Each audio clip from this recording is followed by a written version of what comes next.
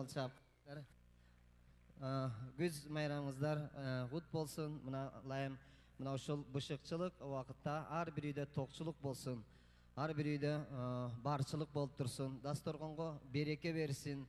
Bir-birimizge uşul har bir adamga үй бүлөсүнө ынтымак берсин деп тилек ниет кылып турабыз.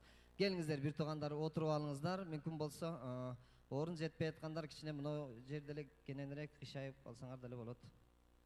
Жан баштаганча. Кыргыздын өзүнүн мүнөзү ошондой да мындай.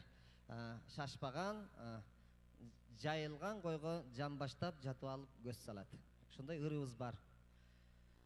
Мен кечээ күнү Талас жергесинен келдим. Туугандардын ошол жакта бир жакшылыгы болуп калып, мен ошо Таласка барып, таластыктардын азыркы күз учуру болуп атат. Биз тойлорго барып жүрөбүз.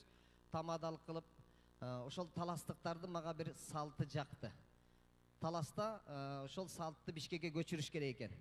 Таласта той башталганда, адегенде эле барганда биринчи 5 бармакты тартат экен. Бул кыргыздын мүнөзүнө жакшы экен да, себеби бирөө эрте келет экен, бирөө кеч келет экен. Эрте бир 10 чактысы келген сайын улам бирден табак кылып киргизип 5 бармак тарта берет экен.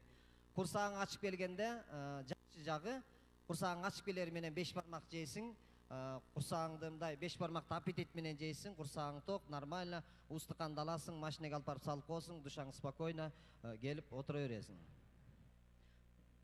Переживать этпейсиң да.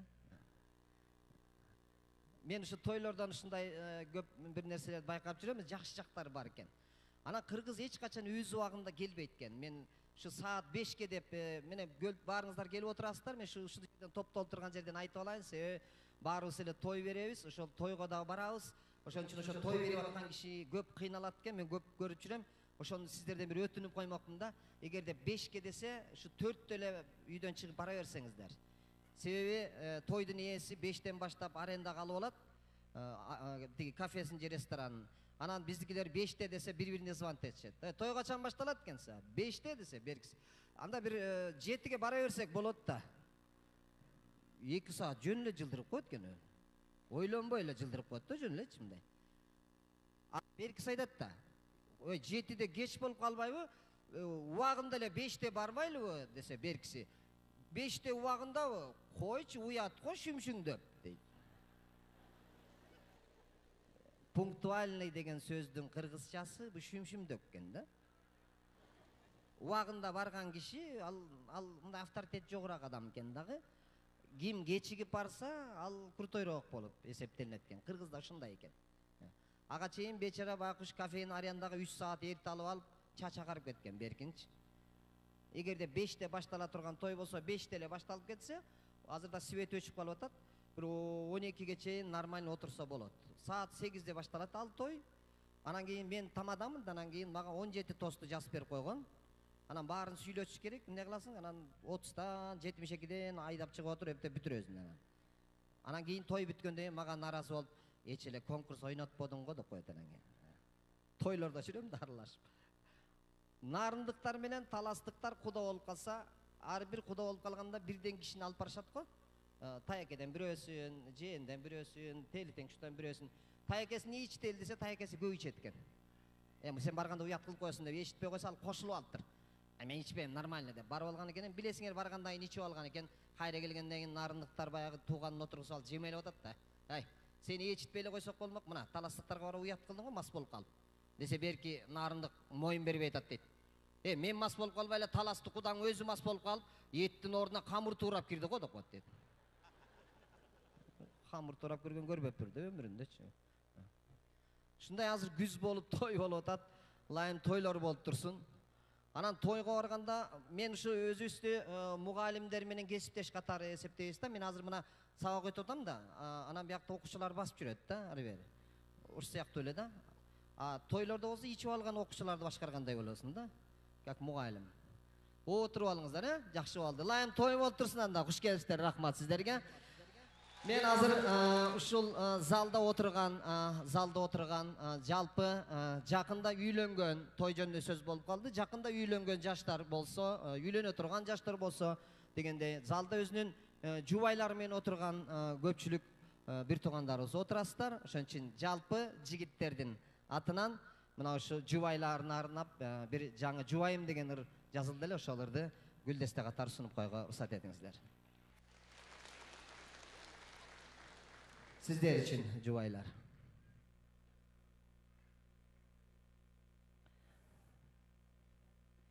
Мен түрөр эткенди түшүндү. Качан коет экен деп коюптугилер. Жакшы эле сүйлөшүп жүрөттүм эле жана. Телеэкран тилимде.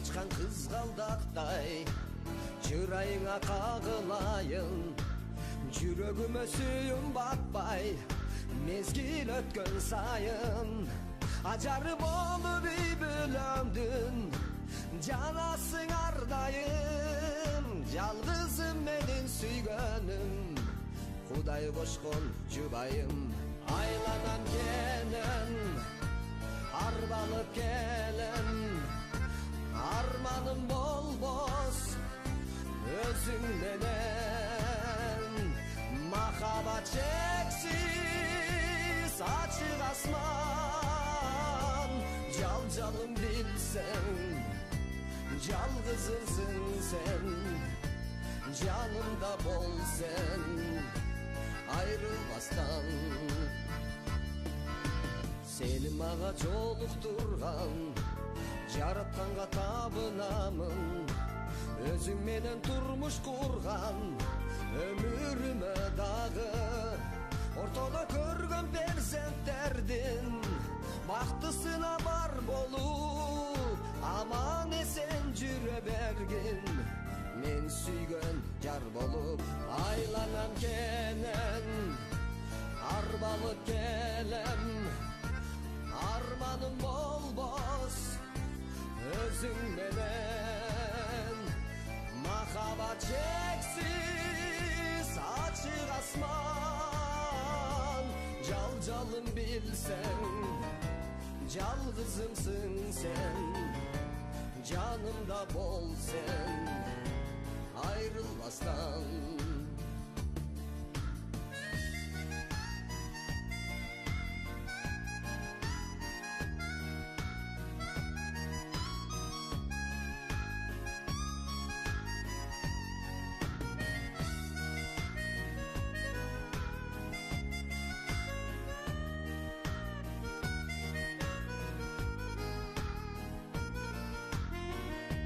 Aylanam gelen, arbalıp gelen Armanım bolbos özün menen Mahabat çeksiz açık asman Calcalım bilsen Calgızımsın sen Canımda bol sen Ayrılmazdan Calcalım bilsen Calgızımsın sen Canımda bol sen Ayrılmazdan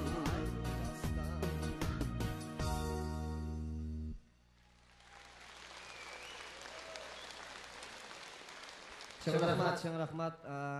Кол чаппагандардын бою өспөй калсын. Рахмат. Бир сыйра отуруп алдыңыздар да. Бу алдыдагы кыздар грипп болуп атат силер. Анне мындай? Же врач болуп иштейсиңерби? Түшүндүм. Биздин концерт ай сайын жаңы концерт болуп аткандыктан операция болуп аткан жерден шашып келе берген экенсиңер да, демек, жетишип калайын деп. Мен азыр ушундай 5-6 врач өтүп кетти окшойт бияка, чыта. Мен ушуларды көрүп алып, врачтардын бир эмеси эсиме түшүп кетти. Мен негизи врачтардын профессионалдуулугуна таң калдым да. Мисалы бирөөбүз ооруп алып калсак, рецепт жазып берет го мындай. Бирок бири-бирине жазып бергенин эч мындай больнойлор эч ким түшүнбөйт. Түшүнүп байкайсыңарбы? Башында Б деп туруп эле анан кийин чиймелеп коет, Д деп туруп чиймелеп коет, Б, Д, Б, Ш деп эле чиймелеп кое беришет го. Анан аркага көтөрүп барсаң, ал түшүнөт. Деп туруп эле анан дарыны берип сая берет го. Аябай күчтүү окушкан экен булар. Ушу биринин сөзүн бири түшүнүп турат экен десем, көрсө секретин билип алдым мен. Көрсө эмнеге Б, Д, Б, Ш деп жазып коет десе, көрсө алар мындай экен да. Баягы дарыдан бере бер шабашка деген эле сөз экен. Анан берки билет экен да. Дейт экен дагы, шарт рецепти жазат. Беркиси жазат. Деп туруп бир мишок дарыны жазат дагы. Жолдун аркы өсүн өтсөң 27-чи аптека турбай билесиңби дейт. Ооба десең, ошол жер Неман деп коет. Неман десе биз таза деп билебиз да. Ошого бар деп жөнөтүп ет. Ал аптека өзүнүкү.